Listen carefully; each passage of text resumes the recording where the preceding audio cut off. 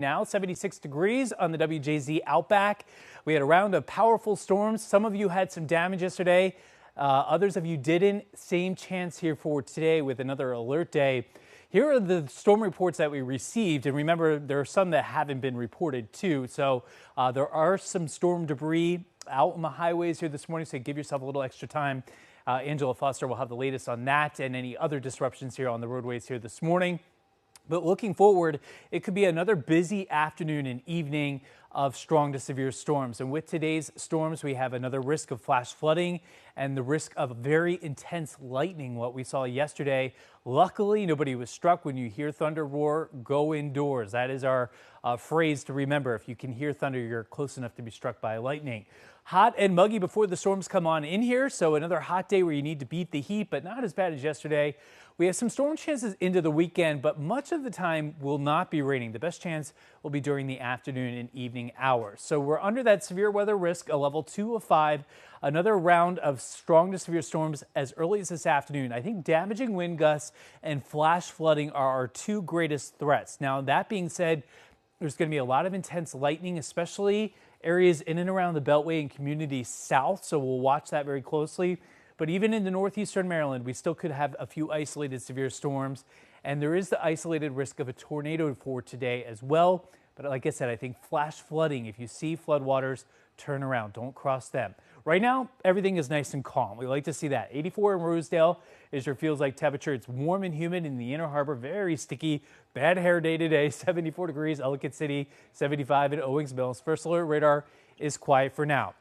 This is what I'm talking about in terms of you just have to pay attention to our weather team throughout the course of the day. Have that CBS News app. As early as 12 o'clock, isolated storms may form, but they're not moving very quickly, and you feel the tropical humidity. So there could be some flash flooding as early this afternoon. And then the main batch comes in right around 6 o'clock. So that's when the evening commute is happening here.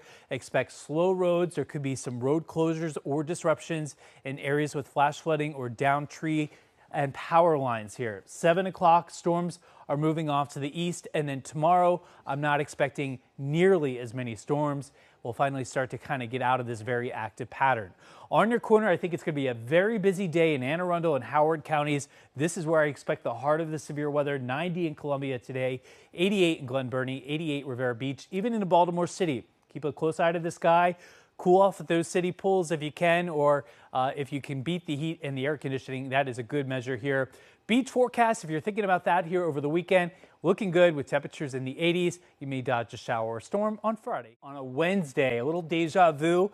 Won't be exactly this similar to yesterday, but it'll have that similar feel of the heat, humidity, and thunderstorm chances here this afternoon. So let's get into this hour by hour. Sometimes I think a simple graphic like this really tells a story. So lunchtime today, storms are possible in certain areas. Not every one of you getting them, but as we get closer to the rush hour between 4 and 6, look at the chance of rain. It's very high, and with that, we'll see some flooding downpours and also potentially some damaging winds. So at 7:05, the first pitch, that's what it's scheduled to fly here with the Mets and Orioles. Second game in the series.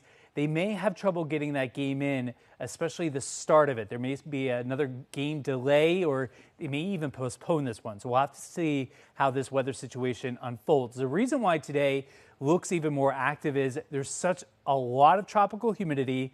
We had the storms from yesterday, and we could see more storms with 2-inch per hour rainfall rate. So that means that there could be instances of flash flooding up and ahead of those storms. It's going to be hot and humid. Not quite as bad as yesterday. It'll feel like the mid-90s instead of the mid-100s, but still a hot day where you need to stay hydrated and watch out for those afternoon and evening storms. Our First Alert weather team, the entire team, will be with you here this evening. 85 degrees, showers and storms possible tomorrow. I think they're few and far between compared to what we have today. Tomorrow's temperatures in the morning in the low 70s, and we just dial down the heat, which is kind of a nice thing for your Thursday. 89 on Friday.